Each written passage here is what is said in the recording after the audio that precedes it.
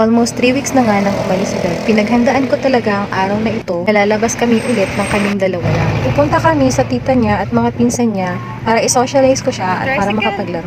Bago kami lumalabas ng bahay ay lagi ko talagang ipinaalala sa kanya ang mga hindi niya dapat gawin kapag nasa labas na kami. Hindi kasi maiwasan na malungkot siya kapag naaalala niya ang daddy niya dahil nasanay siya na tatlo kami laging magkakasama. Dahil nag-a-adjust pa si Zane sa pag-alis ng daddy niya, ay isang oras lang talaga ang inilalaan ko sa pag-grocery or pamamalengke namin para maiwasan ang pagtatantrums or meltdown niya sa labas dahil sa pagbabago na din ng routine niya. Dahil malaki at mabigat na si Zane, ang isa pa sa ikinakatakot ko ay kung halimbawa na ma-dislocate ulit ang kanang balikat ko, ay mabitawan ko siya, tumakbo o masagasaan siya. Nagdadasal talaga ako lagi kay Lord na gabayan kami. Sinasabi ko rin kay Zane kapag kumikirot o sumasakit ang balikat ko para matuto din siyang sabihin kung ano ang nararamdaman niya at kung ano ang masakit din sa kanya. Alam ko at nararamdaman ko na naiintindihan niya ako. Pagkakita niya nga sa mga pinsan niya ay tuwang-tuwa talaga siya. Pumapalakpak at tumatalon siya. Dahil hindi pa siya tuloy-tuloy na nakakapagsalita, sa ganyang paraan niya na i-express ang feelings niya.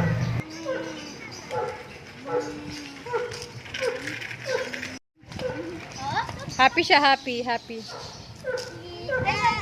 Appear daw kay ate. Sino to? Ate?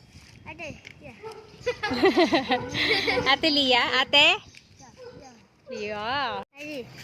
Alison!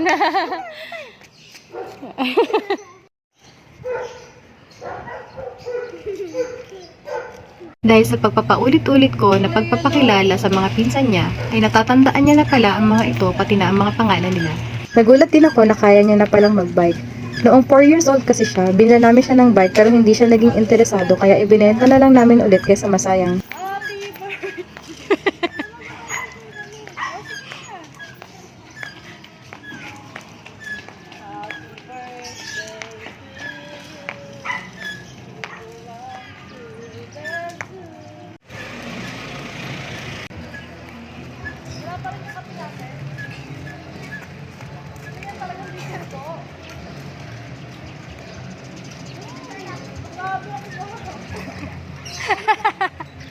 Ano lasa?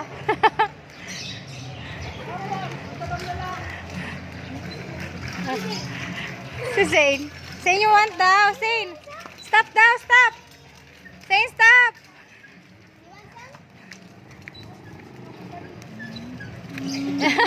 Ayaw.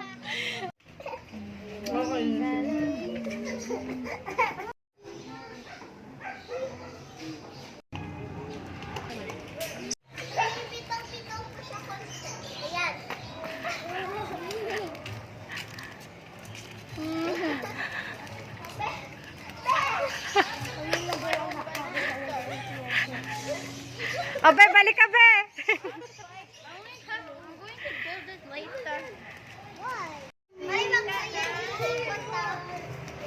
Yo, huwag kayo umikot, be, dito lang.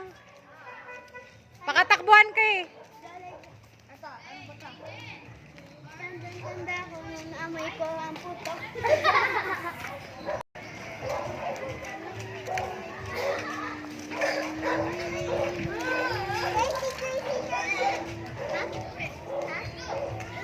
Alam ko pagkatapos nito magkakaroon na naman siya ng mga sensory issue pero mas matapang na ako ngayong harapin ang pagme-meltdown niya. Thank you for watching!